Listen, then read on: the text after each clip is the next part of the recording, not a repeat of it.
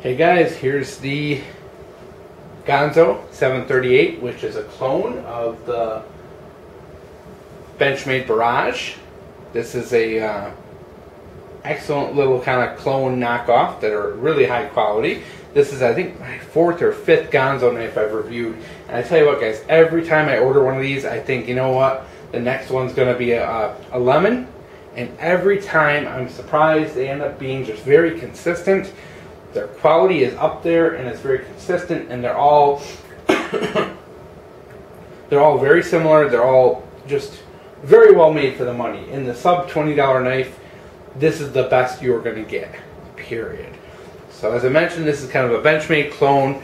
We'll go over it kind of piece by piece. The pocket clip is reversible, only on 2 sides. You can't because of the excess lock up here, excess lock up there. A little bit sticks out of your pocket, not too bad, so it's a pretty good deep conceal. Lanyard hole, torque spits for adjusting and removing and cleaning. You have the excess lock clone. Little bit of jimping there on the back. You got steel liners, open pillar construction. Very good pocket clip, by the way. It's good, nice spring to it. The steel is 440C or its equivalent. We're not quite sure. I guess we'll never know what Ganzo's actually using, but some people say that it is actually 440C that they've licensed. Some people say it's actually like you know, one of the 8CR, you know, 13s or something like that. So I guess we'll never know. Overall, very happy with it. That's all that matters. The grind is near perfect. The edge, very good. No anomalies or problems with the edge. Nice even grind to it. The thumb studs are ambidextrous on both sides.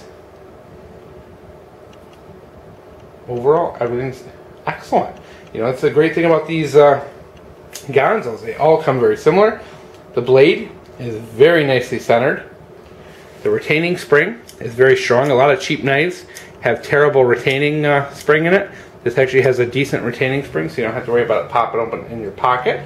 It is a little stiff out of the box, so opening it, you know, you're gonna have to loosen it if you're gonna, you know, flip it. But I don't care. I'm an adult. I don't need to flip knives open like that anymore. You know.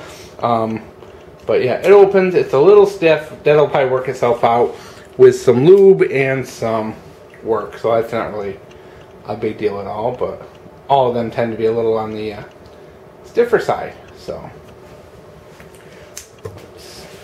edge out of the box is good.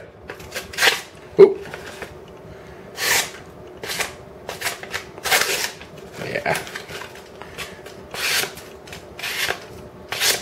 So as you can see, the edge is actually, whoop.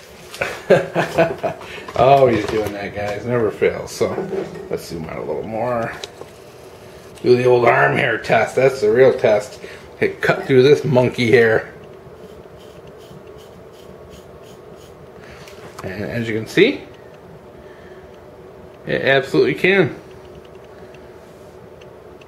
So, out of the box, even after some testing, cutting down some cardboard, cutting paper, magazines, and all that, it'll still take hair off my arm. So these things come very sharp from the box. The steel is very good. From, you know, this is my 4th or 5th Ganzo here. They actually hold an edge very well. These are just as good as your cheap Kershaws, just as good as your Spyderco Tenacious. They're just as good as your cheap CRKTs. Are these as good as the Spyderco Enduro? No. These things are not VG10 steel. They're not going to hold up to that. These things are really good everyday users, good for throwing in the car, good for survival kits, good for all that. Because these things are like 15 to 20 bucks. They're rock solid, and they seem to be very, very consistent with quality, at least for the 4 and 5 that I've bought now. So I've been very happy with them, and I'm going to continue to buy these because I think they're a great deal on the market. I think they're just, you know, I wish these were around years ago because I spent a lot of money on knives that I regret. And these are knives that I do not regret. You're talking very decent quality for the money. And a great leader when it comes to value. So here it is. Ganzo 738. Hope you enjoyed.